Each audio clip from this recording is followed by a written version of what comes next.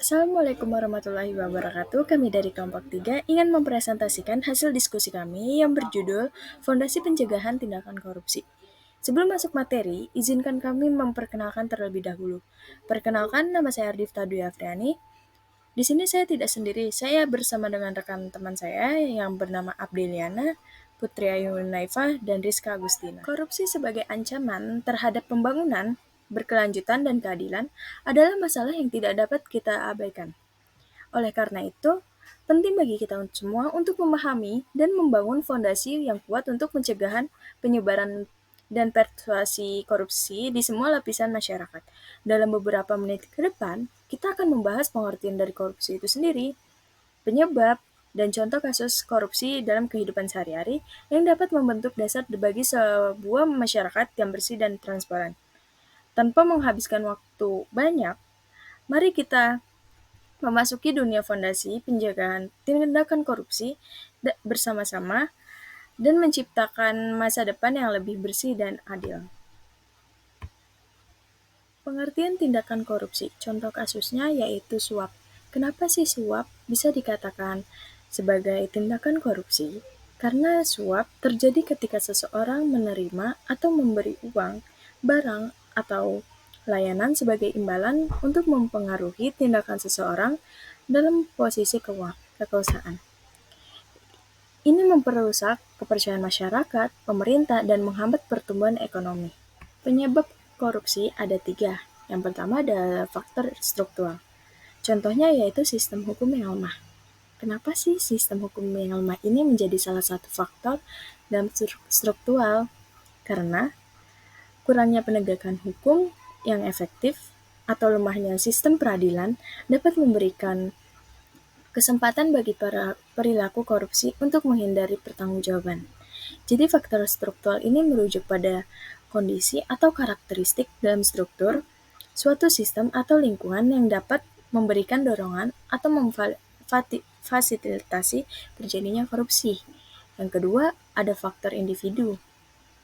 Contohnya itu ekonomi mendesak, yaitu individu yang menghadapi tekanan ekonomi mendesak atau kesulitan ekonomi mungkin lebih cenderung terlibat dalam korupsi sebagai cara untuk memenuhi kebutuhan mereka. Yang ketiga, ada faktor situasional, yaitu contohnya tekanan waktu yang tinggi. Maksudnya gimana? Situasi di mana individu diharapkan pada batas waktu yang ketat dapat menciptakan dorongan yang terlibat dalam korupsi agar mencapai tujuan yang cepat. Contoh kasus korupsi dalam kehidupan sehari-hari. Di dalam pendidikan, ada penyuapan guru atau pejabat sekolah untuk memberikan perlakuan istimewa terhadap siswa tertentu untuk mengubah nilai atau memberikan rekomendasi palsu. Yang kedua, ada proyek konstruksi. Contohnya yaitu kasus BLBI atau Bantuan Likuiditas Bank Indonesia, yaitu penyalahgunaan dana. Dana BLBI ini awalnya ditunjukkan untuk memberikan bantuan keuangan kepada bank-bank yang terdampak krisis ekonomi. Namun, dalam praktiknya, sejumlah bank mendapatkan dana tersebut tanpa memenuhi kriteria yang seharusnya. Yang ketiga, ada pelayanan kesehatan. Contohnya penggunaan alat kesehatan yang tidak sesuai standar.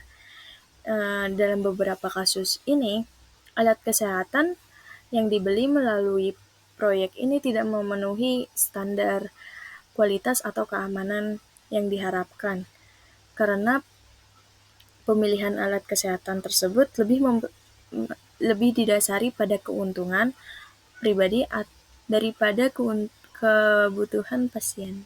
Dan selanjutnya saya akan menjelaskan tentang kerugian yang ditimbulkan korupsi. Yang pertama ada kerusakan ekonomi. Kerusakan ekonomi adalah korupsi mengganggu investasi, bisnis, dan proses pembangunan. Contohnya itu seperti pengangguran, inflasi, kesejahteraan, dan hutang.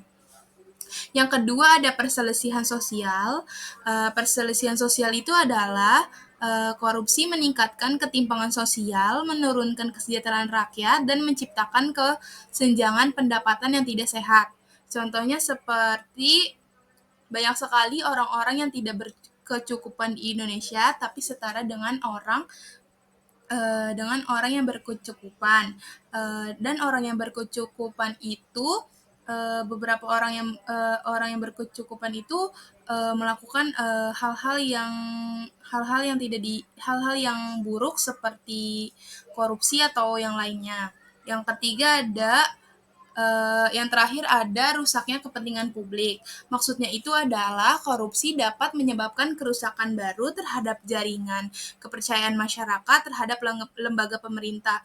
Maksudnya itu apa sih? Maksudnya adalah masyarakat jadi kurang percaya dengan pemerintah karena takut pemerintah itu melakukan hal-hal yang tidak diinginkan seperti korupsi. Karena di Indonesia tuh marak banget korupsi. Jadi masyarakat tuh takut sama pemerintah, atau bukan takut sih, lebih kayak udah tidak percaya lagi terhadap pemerintah.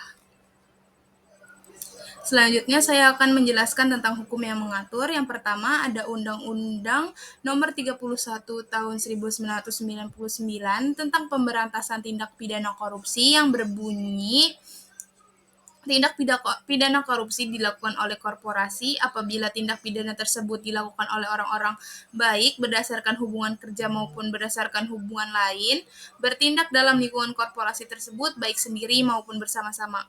Yang kedua ada Undang-Undang Nomor 8 Tahun 2010 tentang pencegahan pemberantasan tindak pidana money laundering. Yang menjelaskan bahwa tindak pidana pencucian uang tidak hanya mengancam stabilitas perekonomian dan integritas sistem keuangan, tetapi juga membahayakan sendi-sendi kehidupan bermasyarakat, berbangsa, dan bernegara berdasarkan Pancasila dan Undang-Undang Dasar Negara Republik Indonesia tahun 1945. Yang ketiga ada Undang-Undang Nomor 71 Tahun 2010 tentang Standar Akuntansi Pemerintah. Tentang standar akuntansi pemerintah yang menjelaskan bahwa standar akuntansi pemerintah ini menggantikan peraturan pemerintah nomor 24 tahun 2005 tentang standar akuntansi pemerintah. Standar akuntansi pemerintahan SAP itu adalah prinsip-prinsip akuntansi yang diterapkan dalam menyusun dan menyajikan laporan keuangan pemerintahan. Selanjutnya saya akan menjelaskan peran pemerintah dalam menanggulangi korupsi. Yang pertama, penyusunan kebijakan. Penyusunan kebijakan maksudnya adalah memperkuat sistem tindakan terhadap korupsi. Contohnya adalah penyempurnaan prosedur pelaporan, perluasan cakupan pelatihan, penyusutan kejelasan sanksi, revisi kode etik, dan evaluasi reguler. Yang kedua, pendanaan lembaga anti korupsi. Maksudnya menyiapkan dana untuk mendukung kerja aparat penegak hukum. Contohnya, dana ini digunakan untuk gaji pegawai, peralatan, pelatihan, dan berbagai aktivitas lembaga. Yang ketiga, pelatihan pegawai. Pelatihan pegawai adalah memberikan pelatihan terkait integritas untuk mencegah korupsi terhadap pegawai. Contohnya, yang pertama, pegawai dilatih untuk mengenali tanda-tanda korupsi baik dalam bentuk tindakan nyata maupun situasi yang berpotensi menimbulkan konflik kepentingan. Dan yang kedua, pelatihan mencakup pemahaman hukum, pelatihan mencakup pemahaman hukum dan peraturan yang berlaku terkait dengan pencegahan korupsi seperti undang-undang korupsi dan kode etik yang berlaku. Langkah-langkah pencegahan korupsi. 1. Pendidikan dan kesadaran.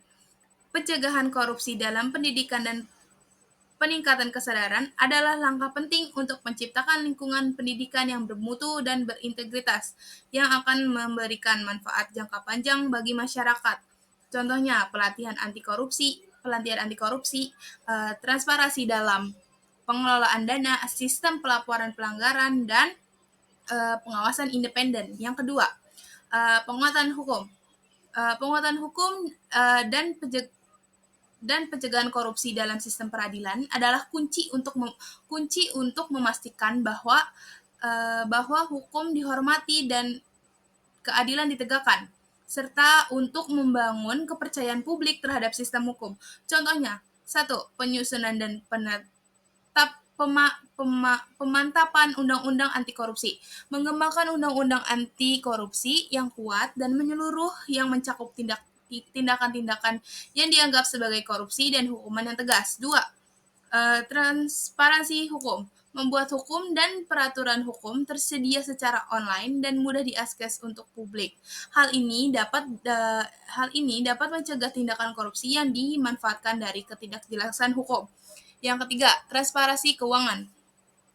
Transparansi keuangan juga kunci untuk mencegah penyalahgunaan keuangan pemerintah dan korupsi. Langkah-langkah ini membantu memastikan bahwa dana publik digunakan dengan benar dan sesuai dengan kepentingan masyarakat. Contohnya, 1. Publikasi anggaran, menerbitkan anggaran pemerintah secara terbuka, termasuk alokasi dana untuk berbagai program dan proyek. Informasi ini harus mudah diakses oleh publik.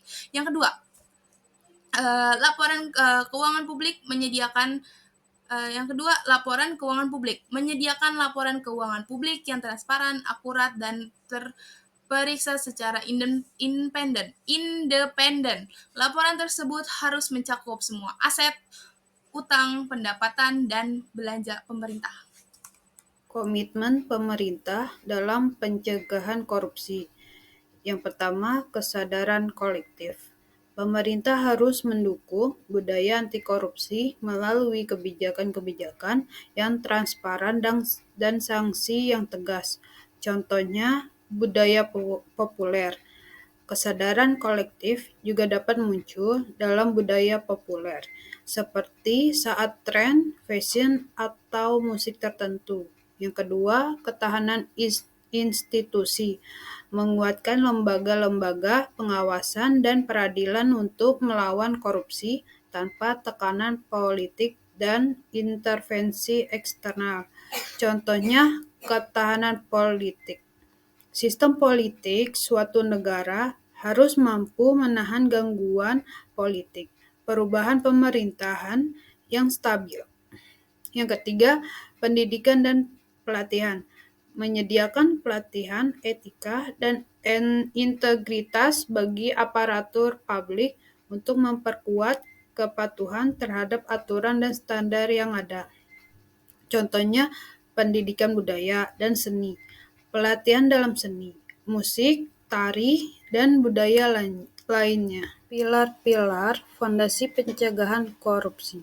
Yang pertama, transparansi, yaitu mengedepankan keterbukaan informasi sebagai langkah awal untuk mencegah terjadinya korupsi. Contohnya, laporan keuangan publik. Pemerintah, organisasi, nirlaba, dan perusahaan publik. Yang kedua, akuntabilitas, yaitu menguatkan sistem pengawasan dan pertanggungjawaban untuk melawan praktik korupsi. Contohnya, akuntabilitas perusahaan.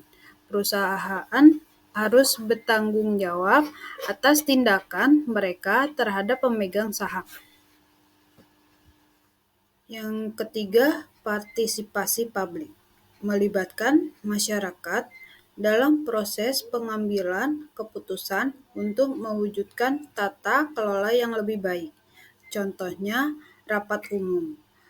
Mengadakan pertemuan atau rapat umum yang memungkinkan warga untuk menyuarakan tentang isu-isu tertentu. Yang keempat, integritas, yaitu penyemangat moralitas dan etika yang kuat dalam bekerja demi mencegah terjadinya korupsi.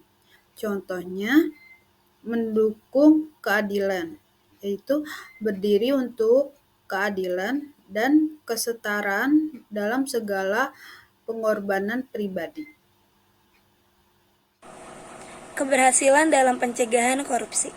Pertama, terjalinnya kerjasama. Adanya kolaborasi antar lembaga, pemerintah, dan masyarakat dalam merancang atau menerapkan kebijakan anti korupsi. Kedua, penegakan hukum konsisten, yaitu peradilan yang adil dan transparan, serta sanksi yang tegas untuk memberikan efek pencegahan korupsi yang signifikan. Kesimpulan, korupsi merupakan masalah yang serius untuk memengaruhi masyarakat dan pembangunan negara. Dengan fondasi, pencegahan yang kokoh, dan komitmen yang kuat, kita dapat membangun masa depan yang lebih baik dan bebas dari korupsi. Mungkin ini saja presentasi dari kelompok kami. Apabila ada kata-kata yang salah atau penjelasan yang kurang jelas, mohon dimaafkan. Sekian dari kelompok kami. Terima kasih.